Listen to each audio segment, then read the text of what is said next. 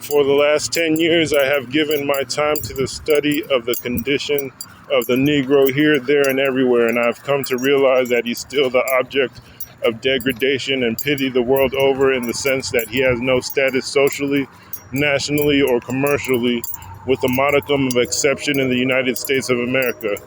Garvey became president and traveling commissioner of the new organization, among whose stated objects were the fostering of a universal confraternity among the race, the establishment of a central nation for black people, the setting up of educational institutions, and a pledge to work for better conditions among Negroes everywhere.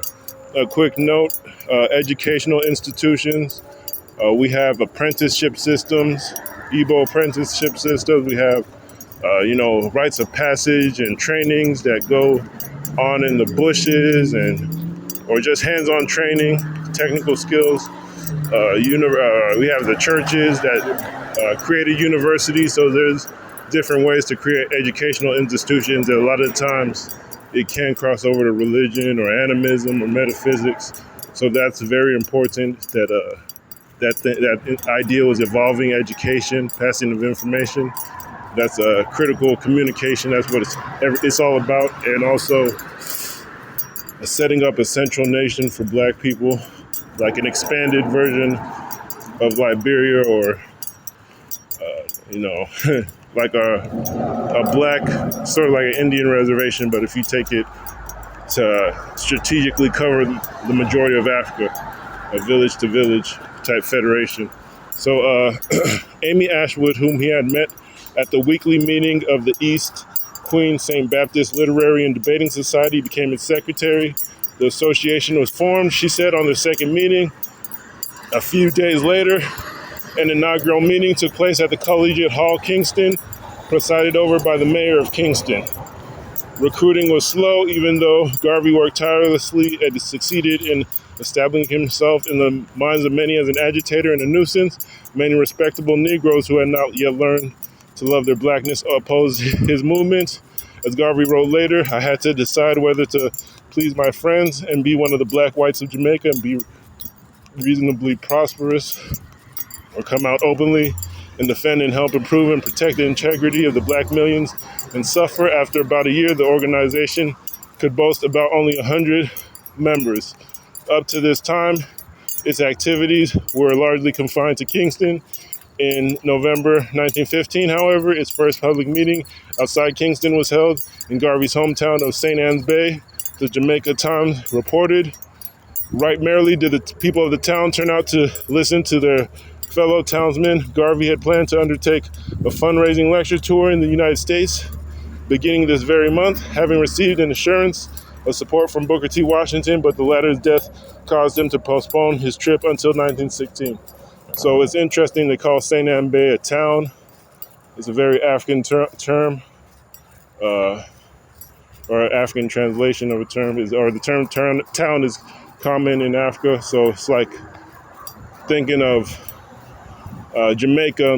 Most people don't know it's probably 50% rural, 50% villages and farms and towns. Well, maybe not farms, but we don't know. It's not common knowledge, the landscape of Jamaica, but it could look very much like Africans, and maybe that will help us planning. There was an idea for the parishes to be split in half, the Ezin Bite formula that Igbos have, or the Sematawi, organizing Jamaica into two branches. Let's see. Garvey had planned to undertake a fundraising tour,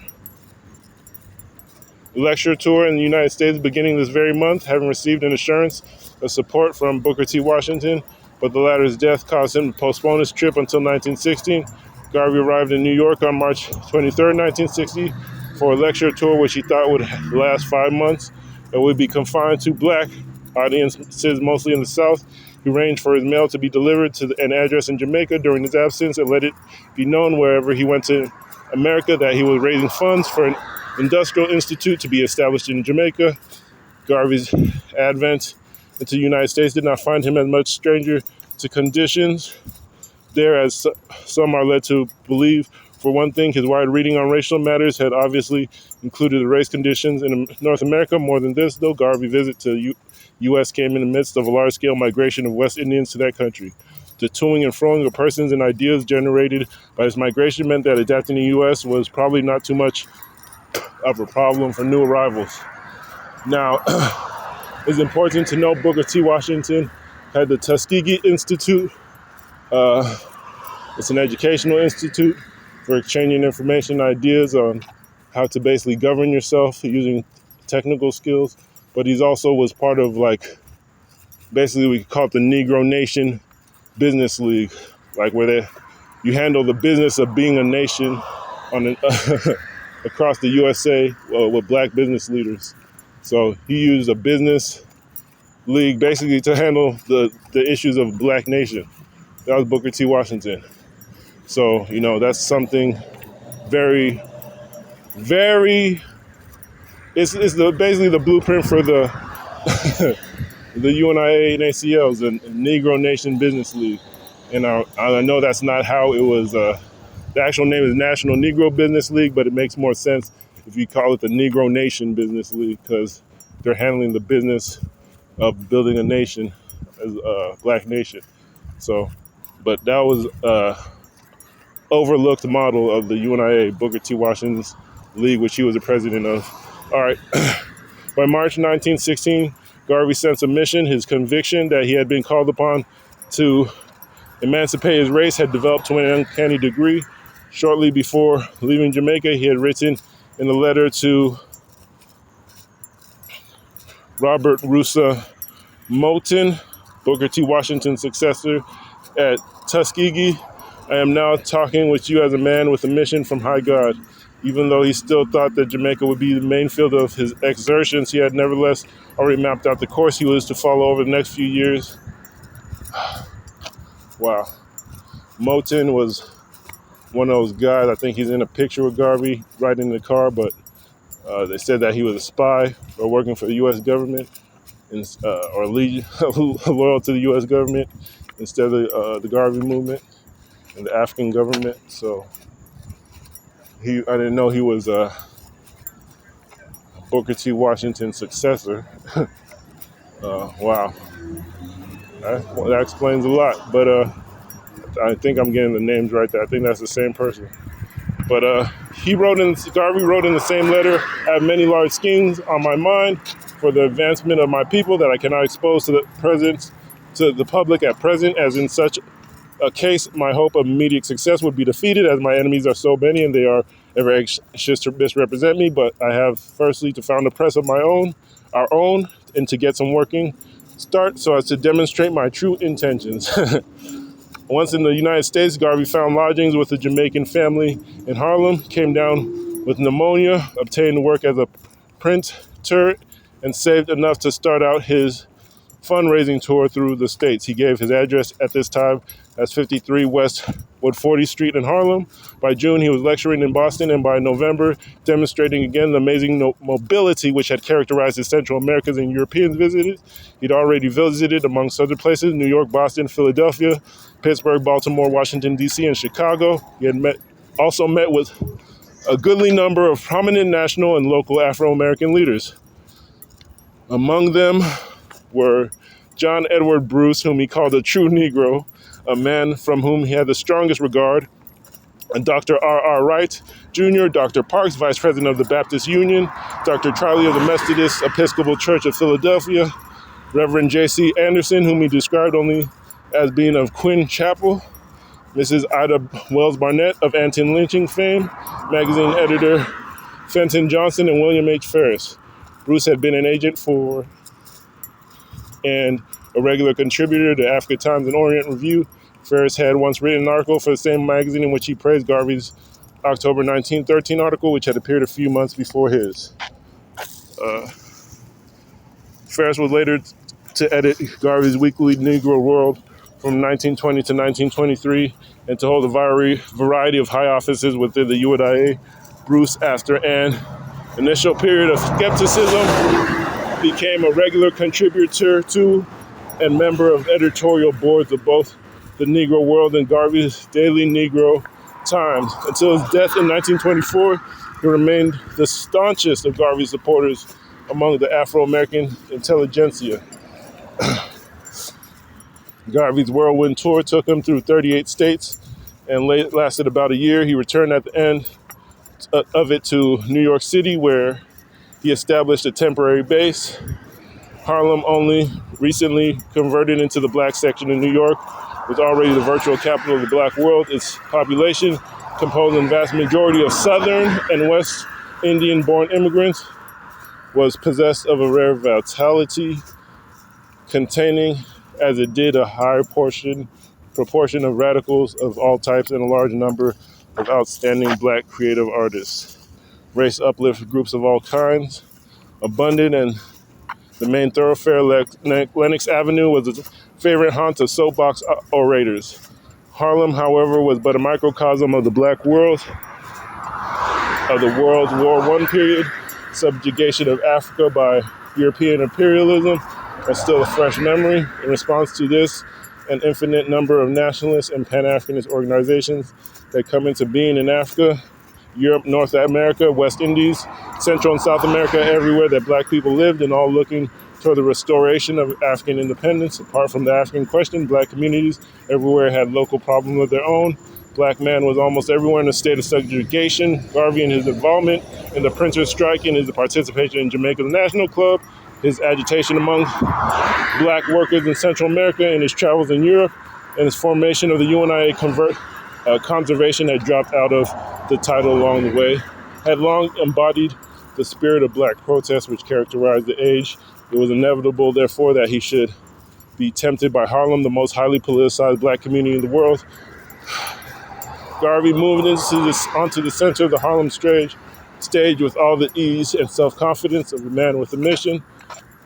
He took to the streets, joining the soapbox and stepladder orators, and formed political alliances with some of Harlem's prominent radicals. Someone who knew Garvey that at this time called that he could throw his voice around three corners without batting an eyelash.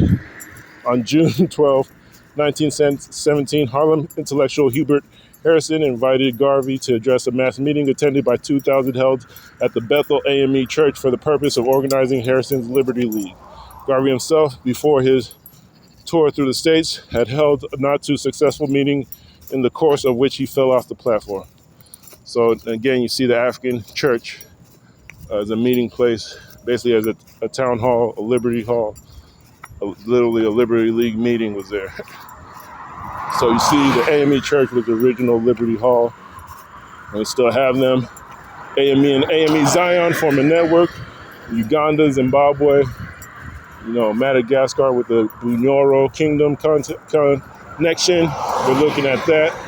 Owerri, Igbo land, the Borgu Empire, and our Nigeria contacts. We're looking at that. And then we have that. We're looking at Jacksonville, Florida, the DMV, the Mississippi Delta with the World Igbo Congress, Council of Igbo States and Governors in America.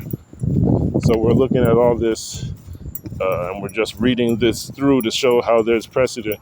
All right, the Liberty League meeting was a windfall, however, for he was a tremendous success. Shortly before, or perhaps shortly after Harrison's meeting, Garvey began to hold weekly meetings of his own every Sunday at 3 p.m. in Harlem's Lafayette Hall at 131st Street and Lenox Avenue, 131st Street and Lenox Avenue. The meetings were slated to continue until October 1917, and Garvey was still being billed as head of the UNIAACL of Jamaica. At one of these Sunday meetings on July 8th, less than a month after the Liberty League gathering, Garvey's address was devoted to a denunciation of the conspiracy of the East St. Louis riots. First New York branch of the UNIA may have already formed by this time, for the address of the association was given as 234th West 131st Street. The subject of this lecture shows that Garvey had once again demonstrated the propensity, as in Costa Rica and Panama, of quickly becoming embroiled in the purely local issues of wherever he happened to be. Garvey's first UNIA branch in New York, plus a second attempted early in 1980, was envisaged or had the vision of being an auxiliary to Jamaica headquarters. Garvey himself, as president of Jamaica Division, did not hold office in them. But both these efforts to establish UNIA branches were disrupted by attempts by socialists and Republicans to turn them into political clubs, basically political voting clubs.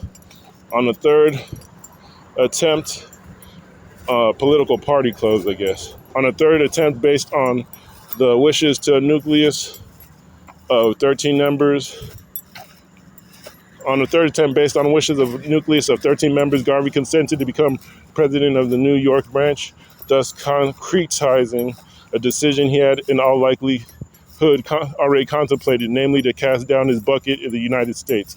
With this move, New York City supplanted Kingston, Jamaica as UNIA headquarters. A schism developed in this new attempt but Garvey weathered the storm. The association's meeting place had meanwhile moved from Lafayette Hall to the Palace Casino, where it remained for most of 1918.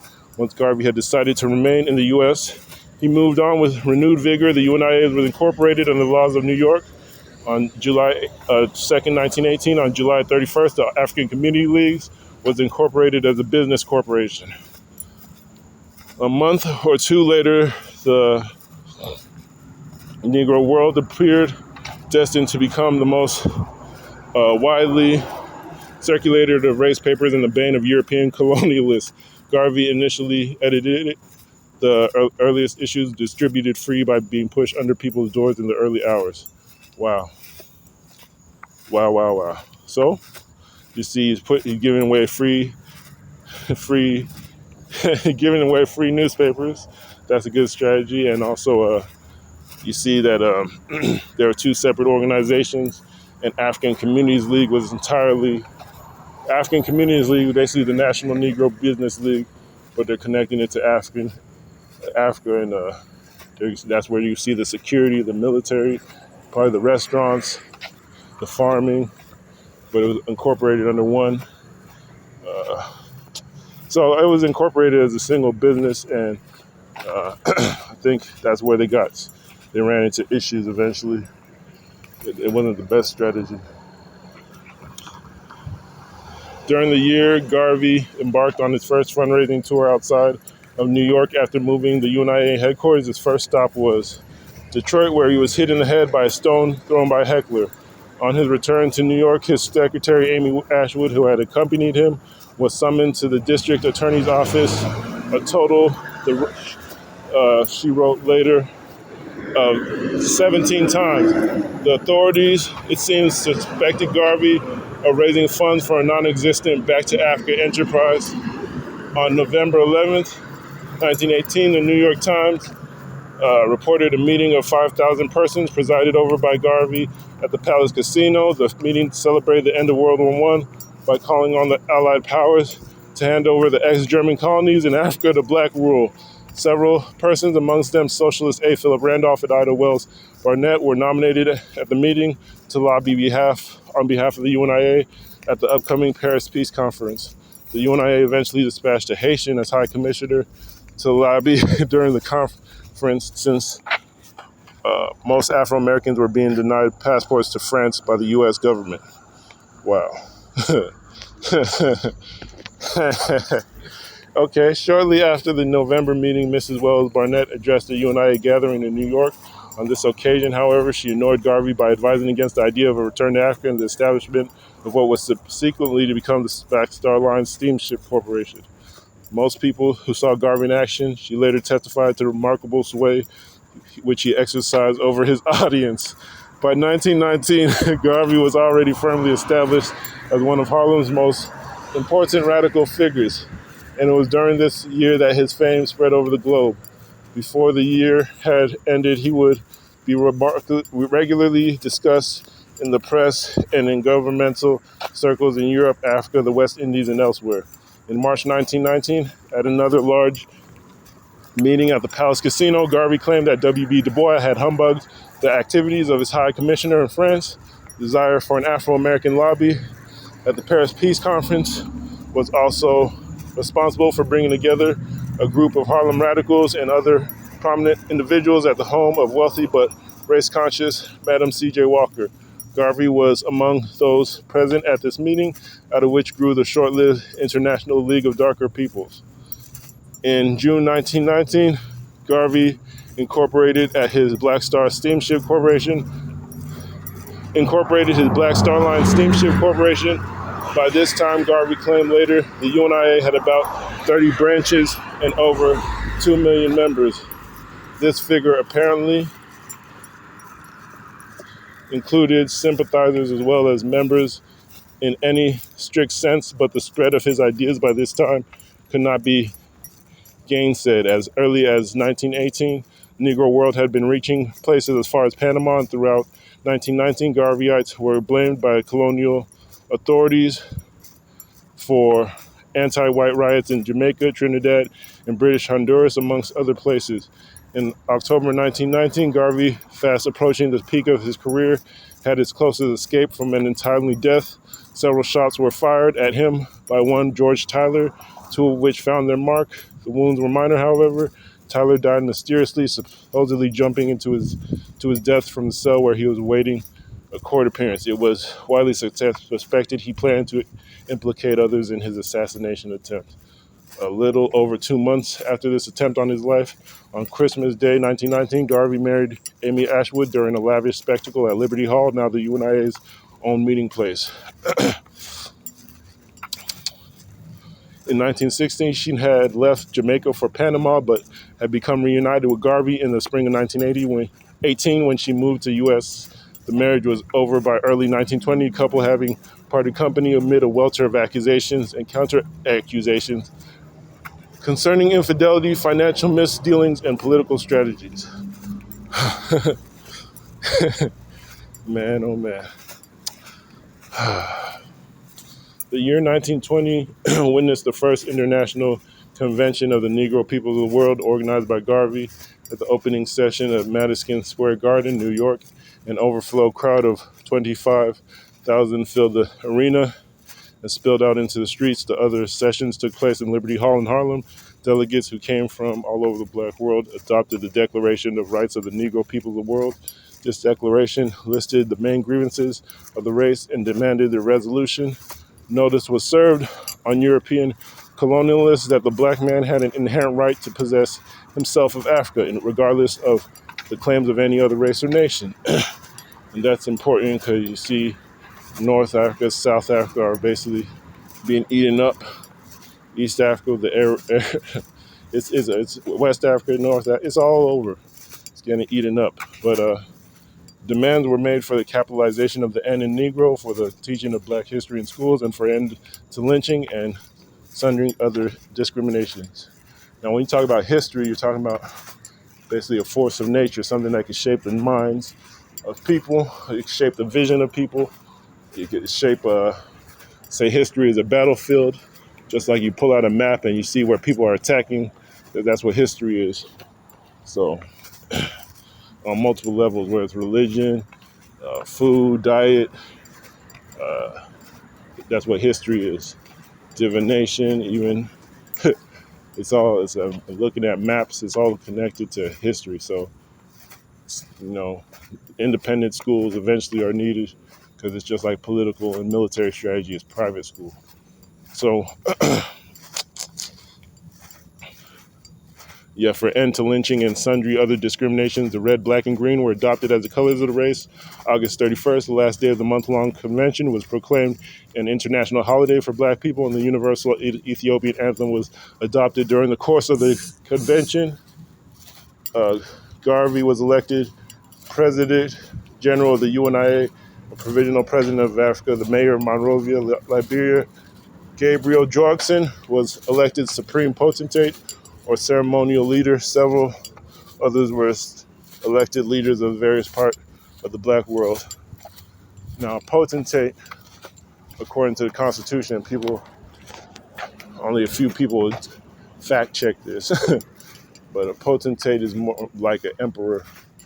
And I guess at a certain point, there was a Prince Kojo, or I think it was a Prince Kojo from Dahomey, which is a branch of the Oyo Yoruba kingdom. They're like a hybrid culture or ethnic group with relationships to Yoruba and Yoruba spirituality. So Prince Kojo, basically a Yoruba adjacent prince, was elected potentate at one point, which would have connected them to the UWA Empire that used to stretch into Ashanti or Akiem, Akan territories, from Dahomey and Yoruba land, Nigeria to Ghana, to Ivory Coast even. Some say even as far as Gambia, there's connections. But all right, I'm gonna pause this. We're ending at the top of page 13. Yeah, so it's gonna take a while to get through this, but we'll stop right there.